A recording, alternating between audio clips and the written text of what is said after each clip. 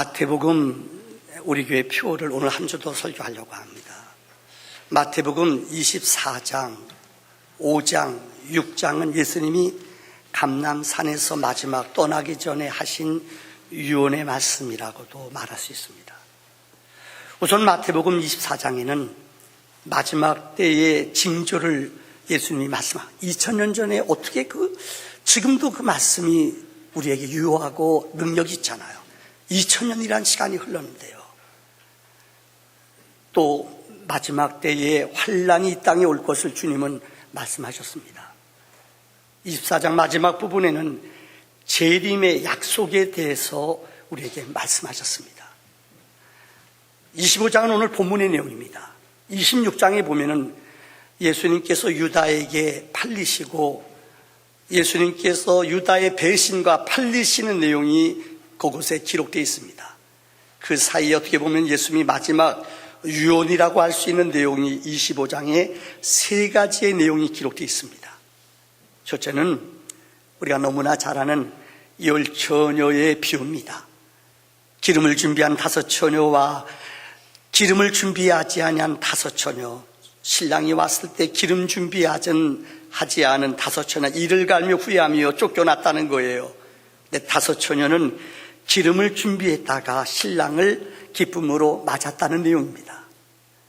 두 번째는 우리가 너무나 잘 아는 달란트의 비유입니다. 5 달란트, 2 달란트, 1 달란트를 주인이 맡기고 타국에 갔다가 돌아와서 이들 모두를 계산했다는 거예요. 근데 5 달란트, 2 달란트 받은 사람들은 나가서 즉석 바로 일해서 열심히 일해서 주인이 왔을 때 갑절로 남겼어요. 그래서 주인이 칭찬하지요. 잘하였다 착하고 충성된 종아, 내가 적은 일에 충성했으니 내가 너에게 큰 일을 맡기겠다, 이렇게 칭찬하지요. 반면 1 달란트 받은 사람은 주인을 알지 못했어요. 그래서 그대로 묻어놨어요. 그러니까 주인 앞에 그대로 꺼내놨어요. 세상적인 법칙으로 말하자면 손해본 거 없어요. 그런데 성경은 예수님이 너무 무섭게 책망했어요. 악하고 게으른 종아, 너는 내가 누구인지 모르느냐. 그의 것을 뺏어서 많은 것을 남긴 자들에게 주었다고 성경은 말하고 있어요. 그리고 오늘 본문의 말씀 마태복음 25장 31절로 46절에 나오는 말씀이 양과 염소의 비유입니다. 우리가 성경에 보면은 오른쪽은 의로운 곳, 의인이 가는 곳 아닙니까? 여기는 양이 갔어요. 반면에 왼쪽에는 누가 갔어요? 염소가 갔다고 말하고 있어요. 근데 오늘 본문의 내용을, 우리가 읽은 본문의 내용을 보면은 이들은 내가 왜 여기 왔는지 몰라요. 오늘 성경은 먼저 오른쪽에 있는 강도에게 오른쪽에 있는 양의 성도에게 말합니다. 너는 내가 죽일 때에, 내가 목마를 때, 감옥에 갔을 때 나를 돌아봤다. 나 그런 적 없는데요.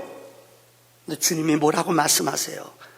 너는 내가 연약하고 힘들 때 돌아봤다. 그러면서 주님이 작은 자, 소자 하나에게 행한 것이 내게 행한 것이라 말했습니다.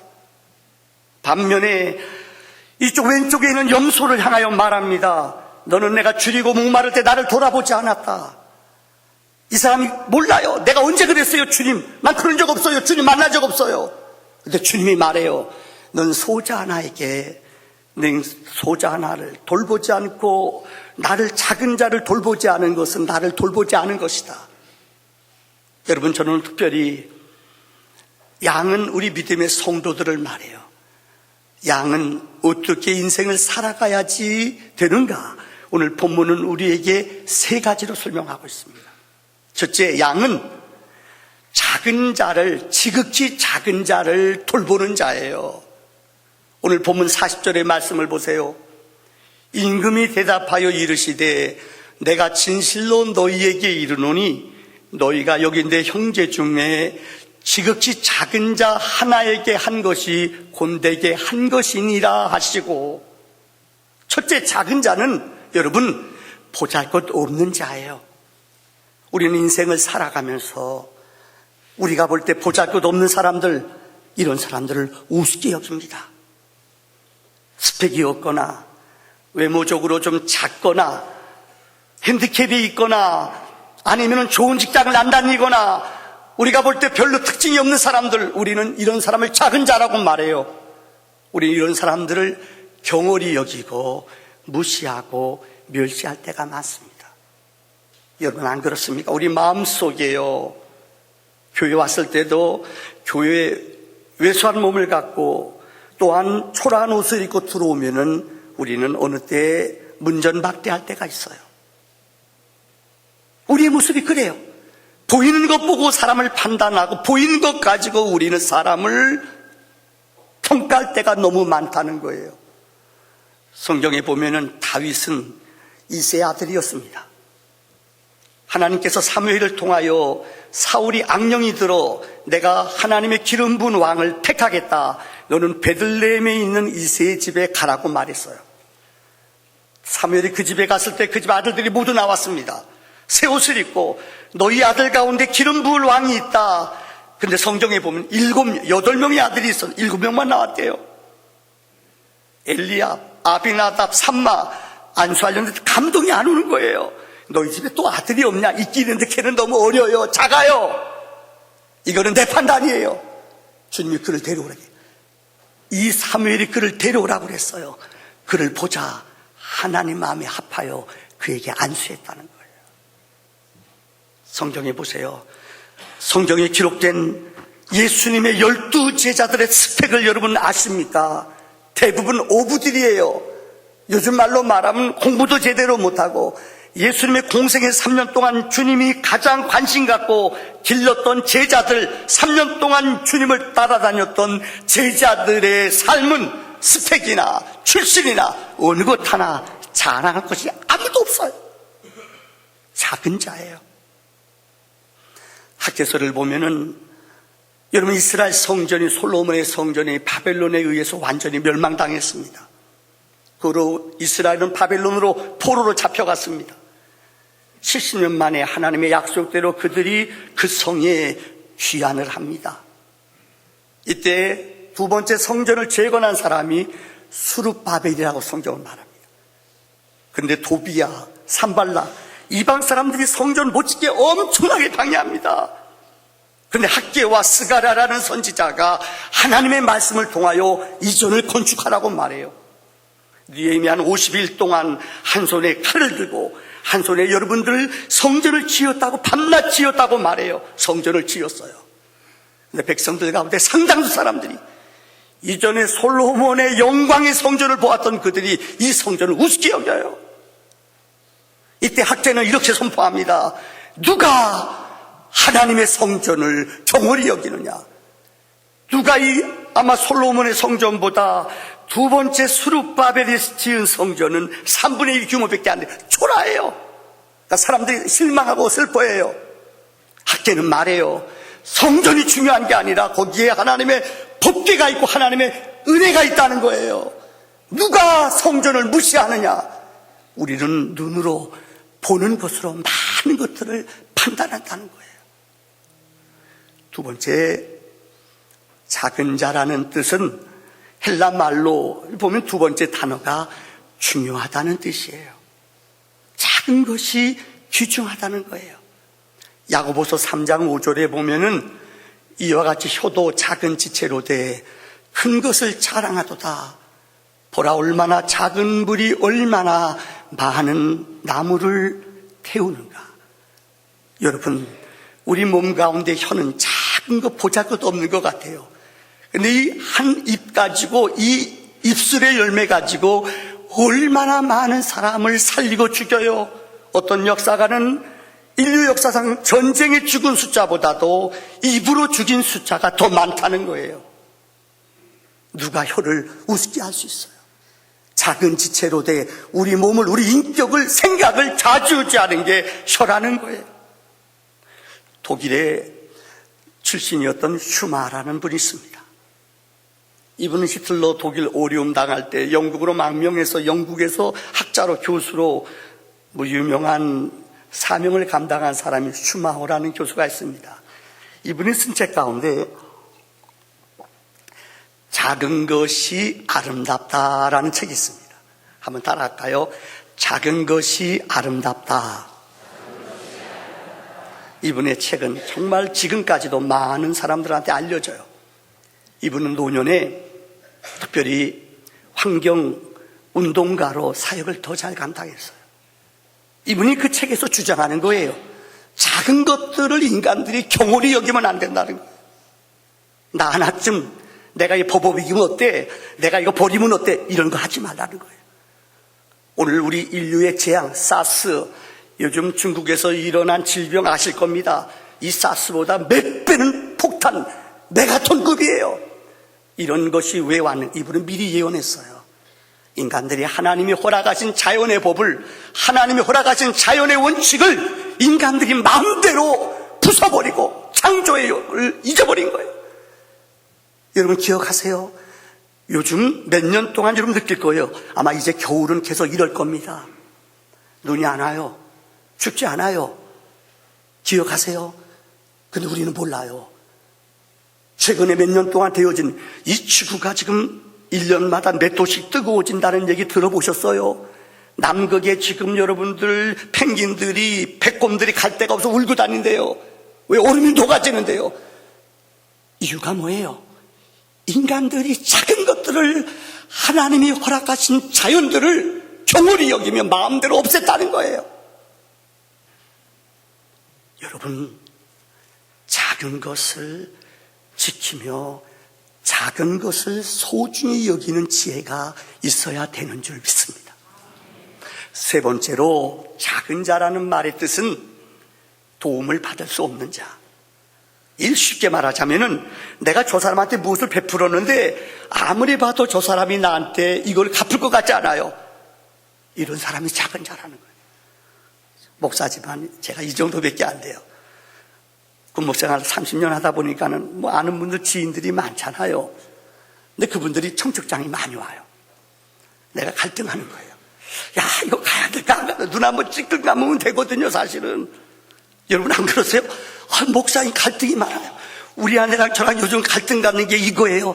나는 가야 된다. 우리 아내 가지 말라. 이게 사람 마음이에요. 왜요? 이제는 가봤자 뭐 이제 다 나이 들고 부산에 있고 어떻게 내가 가요? 여러분 안 그러세요? 우리는 그래요. 제가 군목 시절에 지금도 안 잊혀져요. 서울에 이름 되면 알만한 유명한 교회예요. 남 무슨 교회예요? 자, 입이 무거워서 얘기 안 해요. 내 남설교회라고 얘기 안 했어요. 그 교회에서 우리 전방에 중2 때 유문을 왔어요. 큰 교회죠. 홍정일 목사님.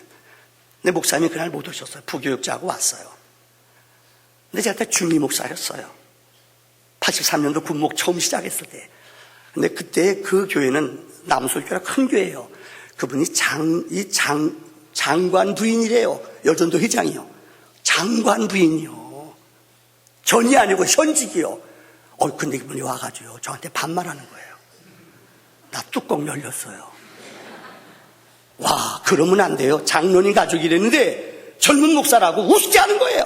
와, 나 그래 뚜껑 열려서 죽는 줄 알았어요. 많은 사람들은 큰 교회에 나가면 자기의 믿음이 큰 줄 알아요. 내가 큰 교회에 나가면 내 믿음도 큰 그릇인 줄 알아요. 여러분, 개척교회 목사님들도 주의 종이에요. 우리 성도들 가운데 그런 분 없겠죠? 개척교회 목사님이라고 어렵죠. 힘들죠. 반말하고 우습게 여겨요. 성경에 디모데를 향하여 너 연수함을 없인 여기지 말라고 그랬어요. 이거 기분 나쁜 거예요. 얼마나 그때 기분 지금도 기억해요. 나중에 누가 그래요. 저분 누군 줄 아냐고. 내가 그분 장관 이름 될까요? 이건 얘기 안 할 거예요, 제가. 이건 잘못된 거예요. 큰 교회면 큰 교회지 하나님의 사역 감당하는 사람들 위문한다고 와서 우습게 여기고 경홀히 여겨요. 이건 잘못된 거예요. 설교를 준비하다가 어떤 목사님이 쓴 글을 보았어요. 여러분, 어느 목사님은 그래요. 저도 이렇게 가능하면 우리 교인들끼리 어디 가거나 하면은 이 식사하면은 팁 안 놔야 될 때도 나요. 이유는 하나예요. 목사기 때문에 그분들이 이분이 목사구나. 기도하면 알잖아요. 기도 안 하면 팁은 안 넣을 거예요. 근데 그분들이 볼 때가 있잖아요. 그러니까 목사기 때문에 어느 때는 손해보더라도 그냥 좀 좀 이렇게 팁도 주고 그래도 좀 인심을 써요. 세상 사람들이 어떻게 우리를 보겠어요? 이 목사님은 어디 가든 미국에서 공부하신 분이라서 그렇기도 하고 팀 문화가 기억이 되기 때문에 몇 박 며칠 동안 우리 한국에 목회자 세미나가 있었대요. 호텔에서 하는데 이 목사님이 저녁에 글을 썼어요. 거기다가 이렇게 봉투에다 넣어서 팁이지만은 방을 깨끗이 청소해 주셔서 너무 고맙습니다. 제 마음의 정성입니다. 팁을 이렇게 봉투에 넣어서 줬어요. 얼마나 귀해요. 누군지 알잖아요. 그 다음날 저녁에 끝나고 돌아와서 저녁에 간식 같은 거 먹을거리 주지 않습니까? 이걸 갖다 놓고 거기다 편지를 썼대요. 오늘도 방을 너무 깨끗이 청소해 주셔서 고맙습니다. 여기에 있는 다과 드시세요. 잡수세요. 그리고 다 팁을 또 놨대요. 근데 그 다음날 오후에 왔더니 이 일하시는 아주머니가 거기다가 답장을 썼어요. 고맙습니다. 정말 감사한 마음을 이곳에 담아드립니다. 한번 뵙고 싶네요. 과자는 하나 먹었습니다. 이렇게 썼대요. 저는 그 글을 읽고 참 마음에 감동받았어요. 제가 늘 말씀드리죠. 식당 가서 우리가 기도하고 음식 먹었으면 죄송합니다. 김치 한 번만 시키세요. 알아요. 권사님, 집사님 하면서 식사하려면 죄송해요. 가능하면 짜증 부리지 마세요. 그분들의 머릿속에, 그분들의 생각 속에 교인이 영원히 각인된다는 것을 잊어버리면 안 됩니다. 자, 두 번째, 양은 어떻게 살아야 되는가? 복받을 삶을 살아야 하는 거예요. 마태복음 10장 42절의 말씀에 누구든지 제자의 이름으로 이 작은 자 중 하나에게 냉수 한 것이라도 주는 자는 내가 진실로 너희에게 이르노니 그 사람이 결단코 상을 잃지 아니하리라. 양으로 살아가는 믿음의 성도는 소자 하나에게 냉수를 주는 믿음이 있어야 된다는 것입니다. 여러분, 러시아의 문호로 불리워진 톨스토이라는 분, 이분이 부활, 많은 작품을 고백록부터 톨스토이가 많이 썼어요. 이분이 예수 믿고 나서 변화를 받았어요. 이분의 삶이 너무 아름다웠대요. 그래서 길거리를 지나가다가 어려운 사람이나 가난한 사람 보면 그냥 안 지나갔대요. 근데 어느 날은 산책하는데 주머니에 돈을 안 갖고 나온 거예요. 근데 어느 아주머니 한 분이 아기를 안고 옆에 들어놓는데 너무너무 힘들고 어렵게 추운 날씨에 있더래요. 그래서 너무나 자기는 아무리 주머니 뒤져봐도 돈이 없더래요. 그래서 그분 옆에 가서 아주머니를 손을 다 살포시 잡아주고 이렇게 안아줬대요. 그 아주머니가 고개를 툭 들더니요, 이렇게 말하더래요. 그동안 자기에게 돈 몇 푼 던져준 사람은 많았지만 진심으로 위로하는 사람은 당신이 처음입니다. 야, 뭔가 느껴지지 않아요? 간호원의 대표로 불리워지는 나이팅게일이라는 사람이 영국의 빅토리아 여왕한테 상을 받았어요. 상을 받을 때 상에 이 나이팅게일을 제일 잘 표현한 글귀를 썼대요. 이렇게 썼답니다. 긍휼을 행하는 길은 하나뿐이 아니다. 말로도 할 수 있고 돈으로도 할 수 있다. 돈이 없고 말로 할 수도 없으면은 눈물로도 할 수 있다.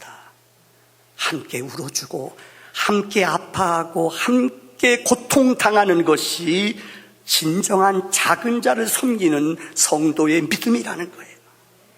여러분에게 한 분을 소개하지요. 아마 우리나라 6.25 터졌을 때 수원에 살던 김장한, 제가 설교할 때 여러 번 사용했을 겁니다. 하우스보이예요.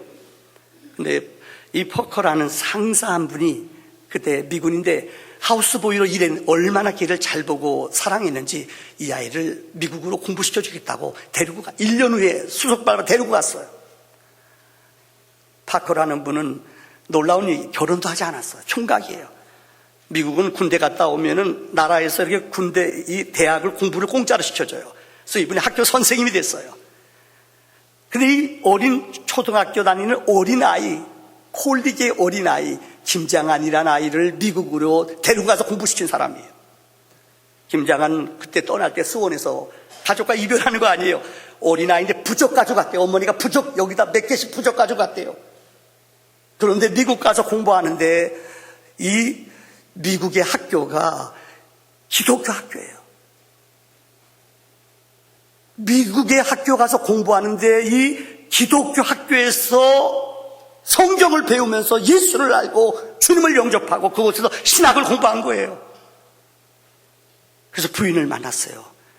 바로 투르디라는 여인이에요. 이분 나이가 지금 훨씬 70, 80 됐어요. 이분이 한국에 와서 목사님은 수원중앙침례교회, 세계에서 제일 큰 개신교 교단이 바로 침례교예요. 근데 침례교 교단은 수장을 하면 10년 동안 해요. 근데 이 김장한 목사님이 10년 동안 세계 침례교회 대표자 역할을 했어요. 근데 아내가 정말 작은 자를 잘 돌봤대요. 그때만 해도 이분이 한국에 왔을 때 한국 사람들은 작은 자, 장애자들 거의 안 돌봐요. 그냥 집에 그냥 있고 나오지도 않아요. 폐쇄된 공간 속에서 나오지 못했어요. 이분이 그걸 보고 너무 아팠대요. 그래서 교회 앞에다 유치원을 만들었대요. 근데 유치원 모집 요강에 우리는 장애자들을 우대해 준다. 이분이 유치원 원장을 하면서 장애자들과 함께 통합교육을 시켰어요. 이분의 글에 보면은 매일마다 파출부처럼 원장인데요. 매일 자기네 집은 그렇게 청소를 깨끗이 안 해도 애들 유치원의 집은 정말 열심히 청소했대요. 그래서 이분의 별명이 외국인 파출부였대요. 모르는 사람들은 왜요? 올 때마다 청소하고 열심히 닦으니까는요. 원장님인데 이렇게 열심히 해야 돼요. 이분의 평생 좌우명이 있대요. 심겨진 곳에서 꽃을 피우라. 이분의 평생 좌우명이에요. 그리고 어린 시절, 다시 말하면 어린아이들을 데려다가 이들과 통합교육을 시켰어요. 보통 교육학자들은 장애자들과 정상적인 사람이 같이 공부하면 돈이 3배나 더 든대요. 장애자들은요. 선생님들도 더 손이 가고 더 잘 돌봐야 돼요. 애들을 집중을 못하니까요. 근데 애들을 통합교육을 시켰대요. 돈이 3배나 더 들어요. 똑같이 돈을 받았대요. 이유는 하나예요. 이분이 교장 선생님 하면서, 이분이 원장님 하면서 사례를 하나도 받지 않고 다 장학금으로 냈어요. 이거 가지고 부족하잖아요. 교회에서 이 장애자들을 위한 장학기금도 만들었고, 또 이분이 파이를 만들어서 맛있는 파이를 만들어 이것을 팔아요. 그래서 이 수익금을 전부 다 이 학교에 투입을, 장애자들 교육비로 썼다는 거예요. 그래서 지금 그 유치원으로 시작한 학교가 원천, 막 들어가 보세요. 국민학 초등학교, 중학교, 고등학교까지 수원에서 제일 전통이 있는 학교예요. 통합교육을 아이들과 함께 시켰더니 애들이 너무너무 신비한 게 통합교육을 통하여 작은 자들을 배려하는 훈련이, 작은 자들과 더불어 살아가는 훈련을 배우는 삶을 그들이 영유한다는 거예요. 작은 자는 우리 주님이세요. 주님의 삶은 이 땅에 사시는 동안 태어날 때부터 태어날 곳이 없어 구유에서 태어났잖아요.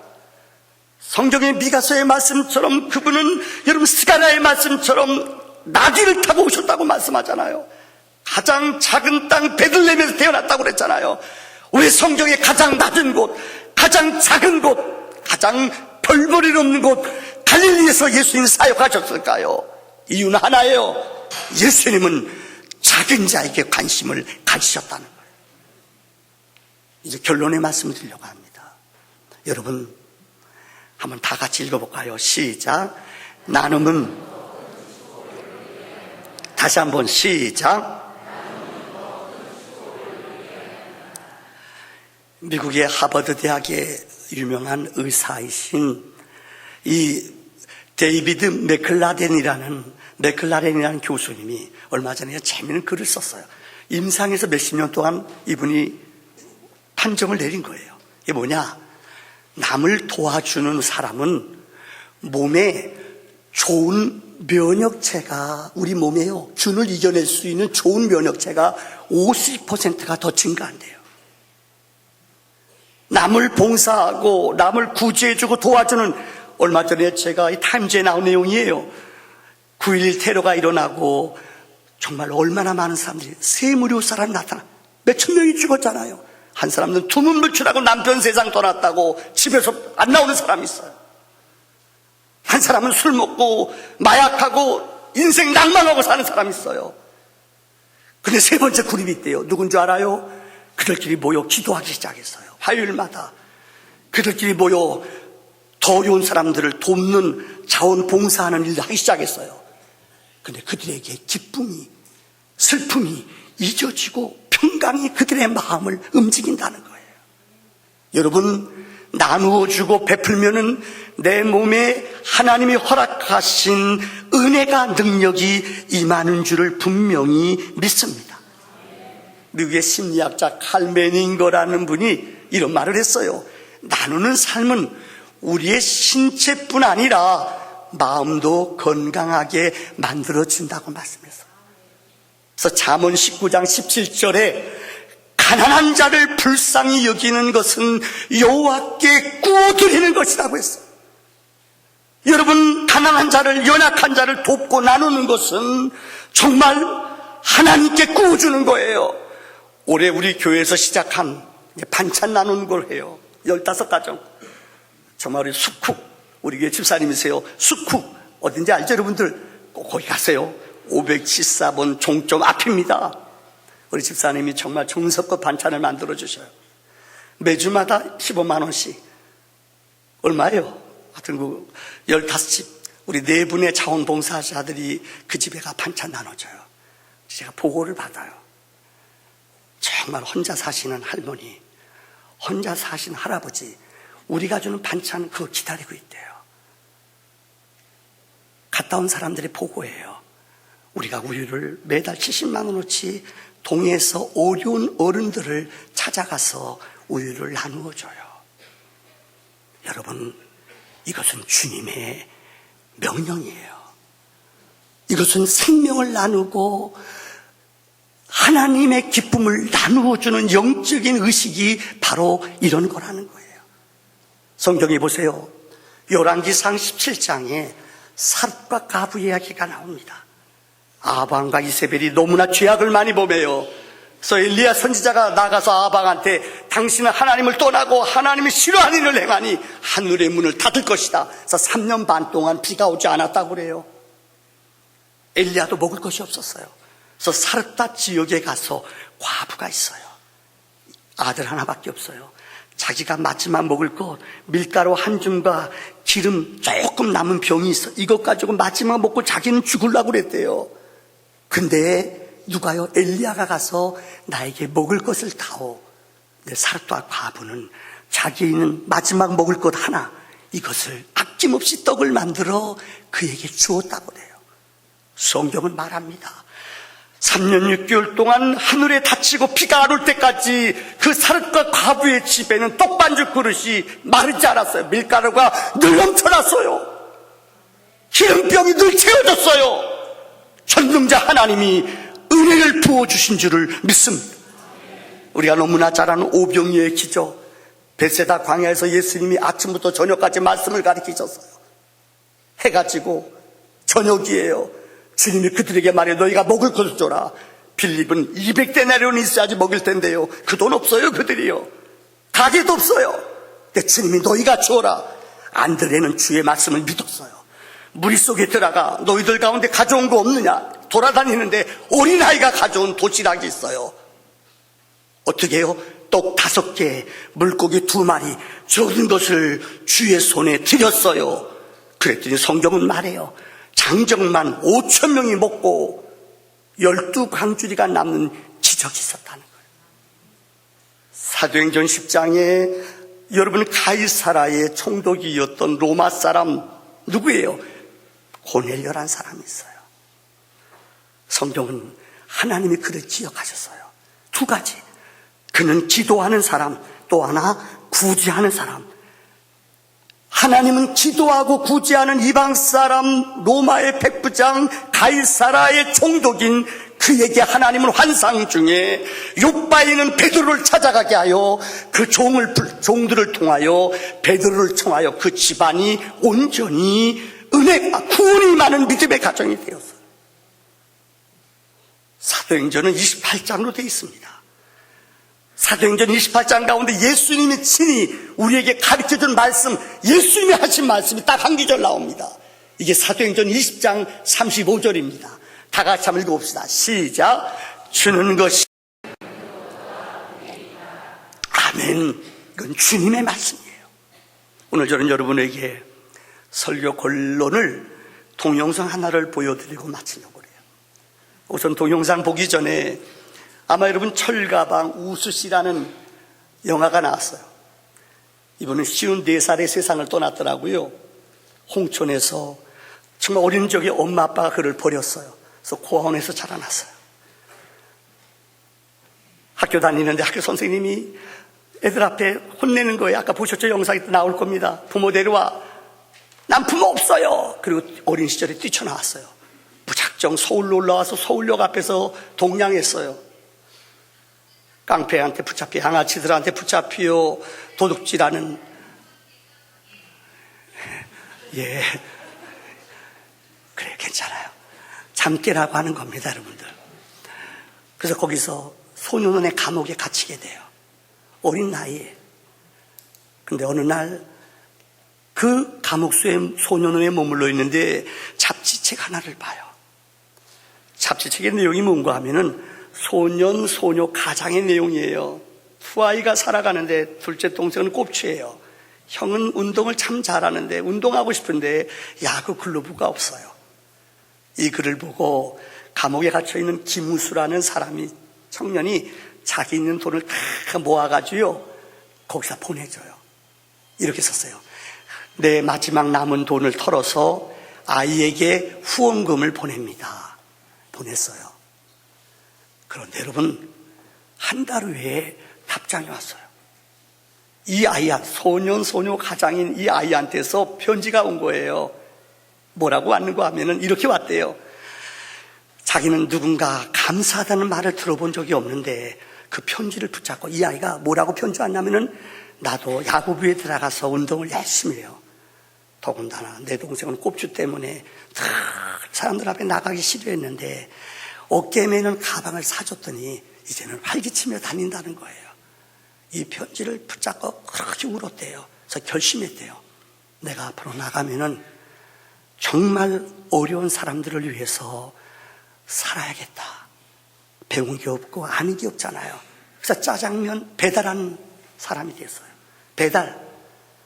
한 달에 그때 돈 70만 원이었대요. 놀라지 말아요. 초록우산, 이게 혼자 사는 학생들을 돕는 일인데 10만 원씩 4명. 초록우산에서 알거든요. 이 사람이 어떤 거 하는지요. 5명 신청을 했어요. 아니, 당신 이렇게 많은 나이 어떻게 해요? 걱정하지 마세요. 내가 할게요. 걔네들 생일이 되거나 걔네들 학교를 졸업하면은 애들한테 선물 사가지고 그 학교 가서 나눠줘요. 너무 아름답지 않아요? 이게 알려져서 대통령이 청와대에 불러서 식사까지 같이 했어요. 여러분, 이 사람이 세상을 떠났을 때 그 사람이 사는 집은 고시촌 1.5평짜리 집이에요. 다 창문도 없고요. 냄새나는 곳. 죽은 후에 그 김우수란 사람 방에 들어가 봤더니 애들 5명의 사진이 붙어 있어요. 그리고 그가 그렇게 사랑했던 성경이 시편 23편 1절이 펼쳐져 있더래요. 여호와는 나의 목자시니 내게 부족함이 없으리로다. 우리 한번 영상을 잠깐 보고 기도합시다.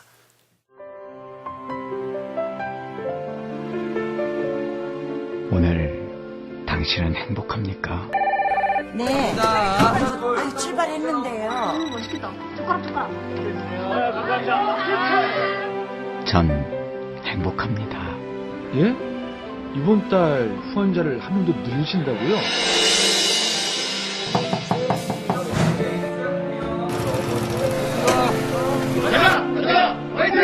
뭐 청와대? 여기 백악관이다. 여보 진짜 청와대래? 그것이 아니야? 맞네. 우리 맨날 여기 중국집에서 시켜먹는 거 배달부 아저씨 있잖아. 김호수 씨, 왜 그랬어요? 죽으려고.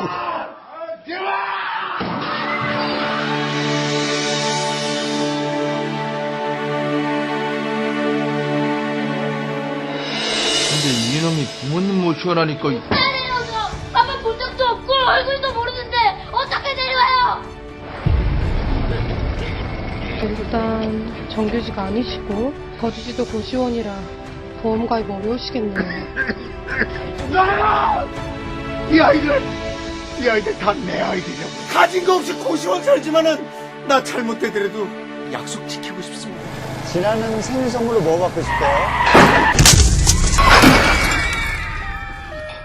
세상에 이런 경우가 어디 있습니까? 법이란 게 다 그렇죠 뭐. 우리 아저씨가 얼마나 착한 분인데.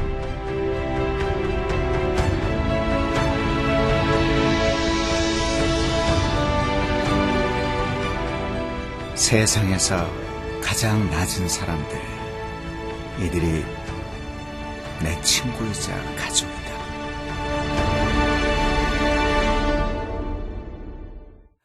우리 한번 눈을 감읍시다.